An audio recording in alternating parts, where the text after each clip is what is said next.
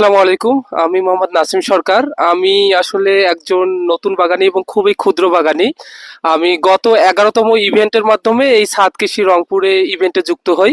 সেটাই ছিল আমার প্রথম ইভেন্টে অংশগ্রহণ এই ছাদ কৃষি রংপুরে। তো আগে যে রংপুরে এত বড় একটা ছাদ বাগান বা ছোটখাটো বাগানীদের জন্য নিয়ে এত বড় একটা প্ল্যাটফর্ম রয়েছে, আমি সেটা জানতাম না। এই ছাদ কৃষির মাধ্যমে আমি জানতে পারি। তো এই যে আমি ১১তম ইভেন্টে যুক্ত হলাম এবং ১২তম ইভেন্টে অংশগ্রহণ করার কথা ছিল, কিন্তু সময়ের অভাবে আসলে আসতে পারিনি।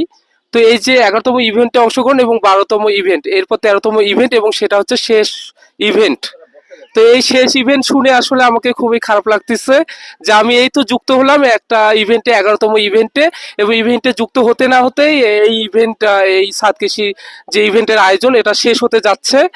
তো আমরা যারা নতুন বাগানি, আমাদের বাগানে অনেক গাছ সংগ্রহ নেই, যেগুলো আসলে অনেক দামি দামি অর্নামেন্টালস, অনেক দামি দামি গাছ, যেগুলো আসলে ক্রয়ের বাহিরে, সাধ্যের বাহিরে হয়ে যায়, যেগুলো আমরা এই ইভেন্টের মাধ্যমে কাটিং বা চারা, যে কোনো বীজ, এগুলোর মাধ্যমে আমরা পেয়ে থাকি। তো এই ইভেন্টটা শেষ ইভেন্ট যাতে না হয়, ইভেন্টটা চলমান থাকে।